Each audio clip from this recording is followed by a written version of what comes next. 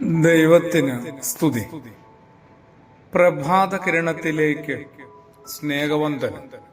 ഭാഗം 1673, ജൂലൈ മാസം 30 212 ദിവസത്തിലെത്തി. ഒപ്പമുള്ളവരെ കുറിച്ച് യാതൊരു വിചാരവും ഇല്ലാതെ പോകും. അവരെക്കുറിച്ച് തീരെ ധാരണയും ഇല്ലാതാവും. അതുകൊണ്ട് തന്നെ ആരെക്കുറിച്ചും വ്യാകുലത തീരെയില്ല. അവനവനിൽ മാത്രം ആയിത്തീർന്നു നമ്മൾ ഓരോരുത്തരും. ക്രിസ്തുയേശു ഭൂമിക്ക് കൈമാറിയ ഏറ്റവും വലിയ മാതൃകയിൽ ഒന്ന് ഇതിന് എതിരായിരുന്നല്ലോ. എപ്പോഴും അപരനിലേക്ക് തുറന്നു വെച്ച ചില അധിക കണ്ണുകൾ. നമ്മളിങ്ങനെ നമ്മളിൽ മാത്രമായി പോയല്ലോ. കുടുംബ ജീവിതത്തില് ജീവിത പങ്കാളിയുടെ ആവശ്യങ്ങളൊക്കെ ഒന്ന് അറിഞ്ഞ് പ്രവർത്തിക്കുന്ന എത്ര ആളുകളുണ്ടാവും. മക്കളും മാതാപിതാക്കളും തമ്മിലുള്ള ഏതാണ്ട് മുഴുവൻ ഇടർച്ചകളുടെയും കാരണം ഒട്ടും പരസ്പരം മനസ്സിലാക്കുന്നില്ല, അതിനനുസരിച്ച് പ്രവർത്തിക്കുന്നില്ല എന്നതല്ലേ. സ്വത്ത് വീതം വയ്ക്കാത്തതിന്റെ പേരില് എത്ര മക്കളാണ് ജന്മം തന്നവർക്കെതിരെ തിരിഞ്ഞിരിക്കുന്നത്. അതുപോലെ പ്രായമായ മാതാപിതാക്കളുടെ ഹിതം മനസ്സിലാക്കാത്തത് കൊണ്ടല്ലേ നമ്മുടെ നാട്ടിൽ വൃദ്ധമന്ദിരങ്ങൾ ഇത്രത്തോളം പെരുകാനും കാരണം.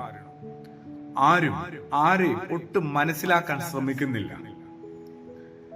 ഇതിനൊക്കെ ഒരു തീർപ്പും തീരുമാനവും വന്നാല് എന്തുമാത്രം ആനന്ദകരവും ആശ്വാസകരവുമാവും ഇവിടുത്തെ ജീവിതം.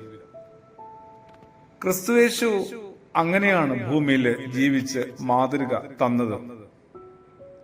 ഭക്ഷണത്തിനും വസ്ത്രത്തിനും വിഷമിക്കുന്നവരെ നമ്മൾ കാണാതെ പോകുന്നു. പഠിക്കാനൊക്കെ ആഗ്രഹമുണ്ട്, പക്ഷേ അവസരങ്ങള് ഇല്ലാതായി പോകുന്ന അനേക കുഞ്ഞുങ്ങളുണ്ട്. നമുക്ക് എന്ത് ചെയ്യാൻ പറ്റുമെന്ന ആ പഴകിയ ചോദ്യമല്ല ചോദിക്കുന്നത്. നമ്മൾ ഇതിനോടകം ഈ കാര്യങ്ങളിലൊക്കെ എന്ത് ചെയ്ത് തുടരുന്നു എന്നതാണ്. ദീർഘകാലമായില്ലേ ഞാനും നിങ്ങളുമൊക്കെ ക്രിസ്തു വഴികളിലൂടെ സഞ്ചരിക്കാൻ തുടങ്ങിയിട്ട്. ആ പാരമ്പര്യത്തിന്റെ കണക്കുകളൊക്കെ എന്തുമാത്രം വാശിയോടും വീറോടും നമ്മളിങ്ങനെ പ്രഖ്യാപിക്കുന്നുമുണ്ട്. എന്നിട്ടും ഒപ്പമുള്ള ചുറ്റിലുമുള്ള മനുഷ്യരെ നമ്മൾ തീരെ പരിഗണിക്കാതെ പോകുന്നല്ല, അവഗണിക്കുകയും അവഹേളിക്കുകയും ചെയ്യുന്നുണ്ട്. തിരിഞ്ഞു നോക്കുമ്പോ എന്റെ തന്നെ വിദ്യാഭ്യാസ കാലമൊക്കെ എങ്ങനെയോ പൂർത്തീകരിച്ചത് അനേക ആളുകളുടെ വലിയ കരുണ കൊണ്ടല്ലേ. കുറച്ചും കൂടി സത്യസന്ധതയിൽ പറഞ്ഞാല് ഇപ്പോൾ മക്കളുടെ വിദ്യാഭ്യാസവും അനേകരുടെ കരുണയിലല്ലേ നടന്നുകൊണ്ടിരിക്കുന്നത്.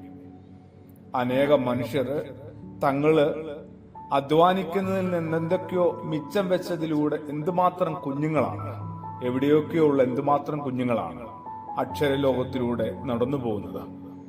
ക്രിസ്തുയേശുവിൽ ആകുക എന്നതിന്റെ അർത്ഥം അല്പം യേശു അംശം ഉള്ളില് നിലനിർത്തുക എന്നതാണ്. അതിനുവേണ്ടി നമുക്ക് പ്രാർത്ഥിക്കാം, പ്രവർത്തിക്കാം. ആമേൻ.